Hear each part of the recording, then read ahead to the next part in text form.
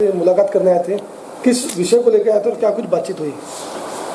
विश्व हिंदू परिषद और बजरंग दल का आज एक रैली करते हुए यहाँ ज्ञापन देने का प्रोग्राम था और उसी में वो लोग उनका प्रतिनिधिमंडल जो रैली से यहाँ पे आया, प्रतिनिधिमंडल में से कुछ लोग यहाँ पे कलेक्टर और एसपी को अपनी कुछ जो बातें थी वो रखने के लिए प्रस्तुत हुए थे। पहले वो कलेक्टर मैडम के यहाँ उन्होंने अपनी बातें रखी जो कुछ अवैध कसाहट से लेकर रिलेटेड था। यहाँ पे उन्होंने जो कुछ पुलिस से रिलेटेड संदेह और मुद्दे उठाए थे कि कुछ लोग जो अवैध तरीके से रह रहे हैं वो कानून का पालन नहीं कर रहे हैं या कानून को तोड़ने की गतिविधियों में इन्वॉल्व हो रहे हैं, उनके खिलाफ सख्ती से कार्रवाई होनी चाहिए। तो उसका उन्होंने ज्ञापन दिया है और हम लोगों ने उनके सारे मुद्दों पे गंभीरता से विचार करते हुए और देखते हैं कि कहाँ कहाँ गलत हो रहा है और क्या क्या गलत हो रहा है, उस पर जो भी गलती है उस पर हमने बोला है कि सब पे कार्रवाई करेंगे। सर, आवेदन में ऐसे कौन सी जगह का जिक्र किया गया जहाँ पे अवैध रूप से बसाहट हो रहा है? आवेदन में ऐसा, जहाँ तक मेरे संज्ञान में ऐसा कोई स्पेसिफिक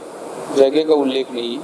उन्होंने बोला है कि मतलब दुर्ग शहर में ऐसा टाइप का तकलीफ हुआ, दुर्ग भिलाई में कोई पर्टिकुलर लोकेशन का नहीं है जहाँ तक मैंने पढ़ा है। उसको वो जांच में आएगा, अगर ऐसा कुछ होगा कि कहीं पर है तो कलेक्टर महोदय की तरफ से उसमें जो भी आएगा तो कार्रवाई। सर, कोर्ट परिसर में पाकिस्तान जिंदाबाद के नारे और कोर्ट परिसर में हथियार लेकर आने की बात भी वो आरोप लोग लगा रहे हैं।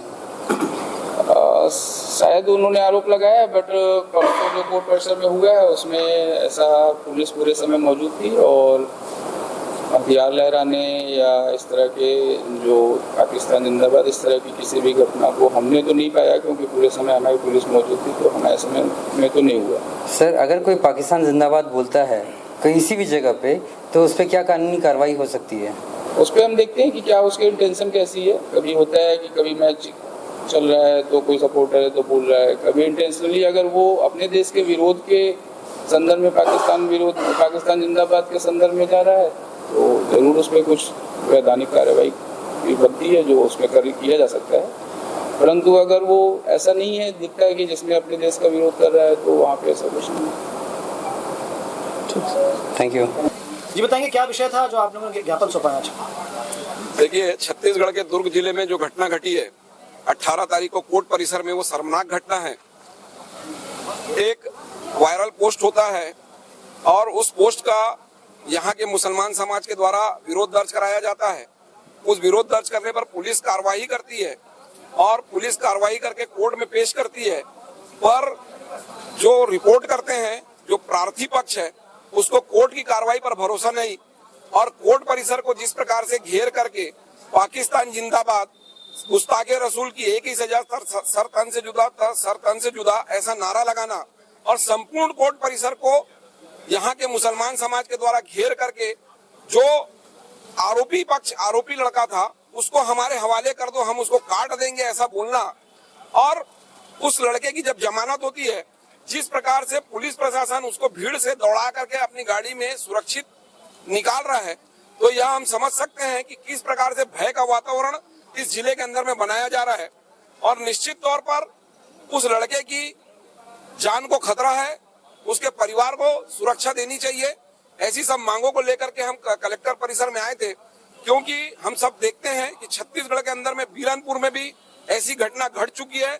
शांति दूतों के द्वारा साधराम की हत्या कर दी जाती है, कवर्धा में झंडा कांड हो जाता है। ऐसे सारी घटनाएं छत्तीसगढ़ के अंदर हो रही है, और देश के अंदर में राजस्थान और अमरावती जैसे स्थानों पर आप देखते हैं कि गर्दन काट दी जा रही है। इस विषय को लेकर के हमें शंका है कि छत्तीसगढ़ में दुर्ग जिले में भी यह घटना को पुनरावृत्ति की जा सकती है, इस घटना को दोहराया जा सकता है। इसीलिए हम प्रशासन और शासन को सचेत और आगाह करने आए हैं कि ऐसी घटनाओं से प्रदेश को बचाया जाए, क्योंकि जिस तरीके की कोई घटना होगी उसके लिए संविधान ने कानून का रचना की है, और कानून की रचना के अनुसार उस पर सजा होगी। या आप शरीयत लेकर आते हैं और शरीयत के हिसाब से इस देश में सजा की मांग करते हैं, तो यह उचित नहीं है। जहाँ शरीयत की मांग होती है, जहाँ शरीयत चलता है, इस देश में शरीयत को लाने वाले, मेरा ऐसा कहना है कि वो इस देश से चले जाए। जहाँ शरीयत चलती है वहाँ शरीयत का कानून पालन करवाएं। और विश्व हिंदू परिषद, बजरंग दल या हिंदू समाज के कार्यकर्ता को किसी भी प्रकार का कोई नुकसान पहुंचाने का अगर प्रयास करेगा, तो हिंदू समाज उदार है, कायर नहीं है। क्योंकि हिंदू समाज यहाँ किराएदार नहीं, हम मकान मालिक है। हमारे घर को हम सुरक्षित रखना चाहते हैं, हमारे देश को हम सुरक्षित रखना चाहते हैं।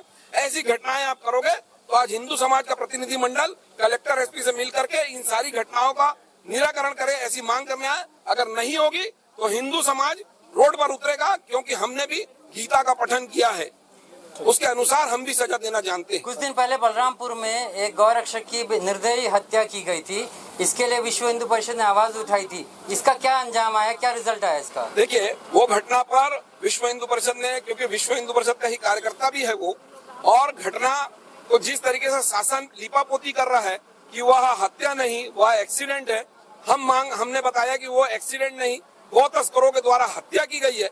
और इस बात को शासन मानने को तैयार नहीं है, परंतु उसने एसआईटी जांच करी है और जांच चल रही है। जांच में दूध का दूध और पानी का पानी हो जाएगा, और निश्चित तौर पर जो गड़बड़ किया उसको सजा दिलवाएगा हिंदू समाज रोड पर आकर।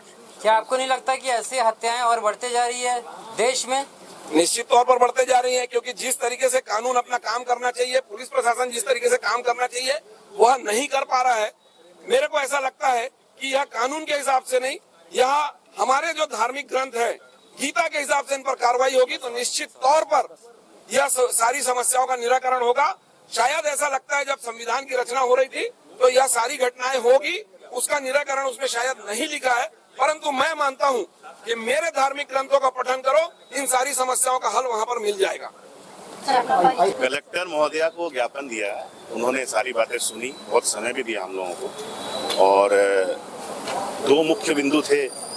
एक तो ये था कि भाई पुष्पराज की सुरक्षा का हम लोगों को विशेष डर है, तो उन्होंने उसने आश्वासन दिया कि वो उसकी सुरक्षा देखी जाएगी।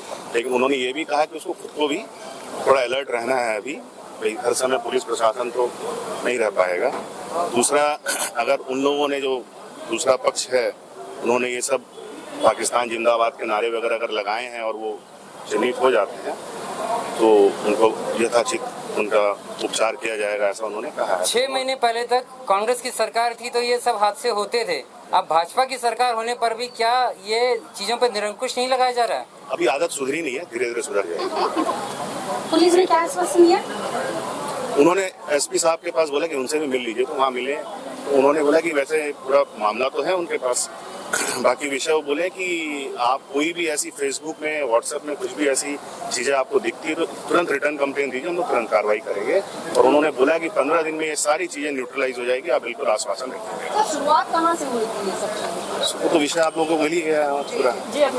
जैसा कि बताया भी जा रहा है कि सुअर के ऊपर भी अल्लाह लिखा करके पोस्ट किया गया था, जो नहले पे दहला कहा जा रहा है। तो मैडम देखिए, ऐसा है, ये विषय फेसबुक का है और फेसबुक में बहुत चीजें चलती रहती है, लोग उसको फॉरवर्ड करते रहते हैं। वैसा कोई मैसेज होगा जिसको पकड़े में लिखा हुआ है ना, वो ठीक है, वैसा मैसेज कोई फॉरवर्ड किया जाता रहता है, तो अपना परिचय बता। मैं विश्व हिंदू परिषद का जिला अध्यक्ष।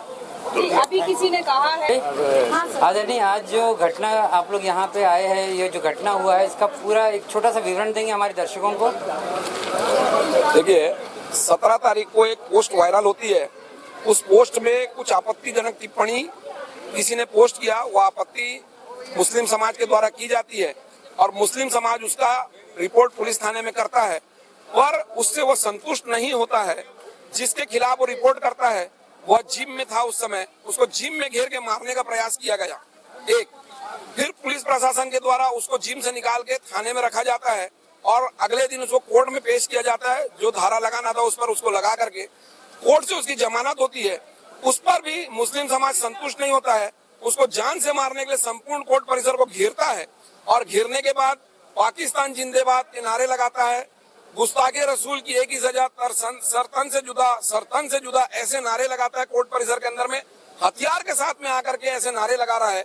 यह विरोध जताने के लिए हिंदू समाज आज एकत्रित आया, रोड पर उतरा है और उसके लिए कलेक्टर और एसपी को आकर के सूचित कर रहा है कि इस तरीके की घटना जो हो रही है दुर्ग के अंदर में, निश्चित मानो कि जो राजस्थान में कन्हैया कुमार की गर्दन काटी गई, अमरावती में उमेश कोल्हे की गर्दन काटी गई, बीरनपुर की जो घटना हुई, सादराम की जो घटना हुई, वैसी घटना घटने से यहाँ भी चूका नहीं रहेगा। दुर्ग शहर में भी यह घटना घट सकती है अगर कानून सख्ती से कार्रवाई नहीं करेगा इस तरीके की घटना करने वालों के साथ में, तो निश्चित तौर पर दुर्ग में भी वो घटना घट जाएगी। यह संदेश देने के लिए आए थे।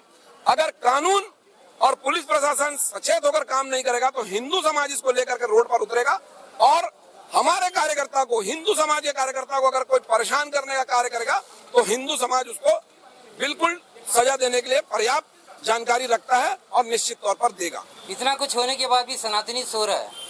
आप सनातनियों से क्या आह्वान करेंगे जो सो रहे घरों में? सनातनी नहीं सो रहा है भैया, हम हिंदू समाज के लोग उदार हैं।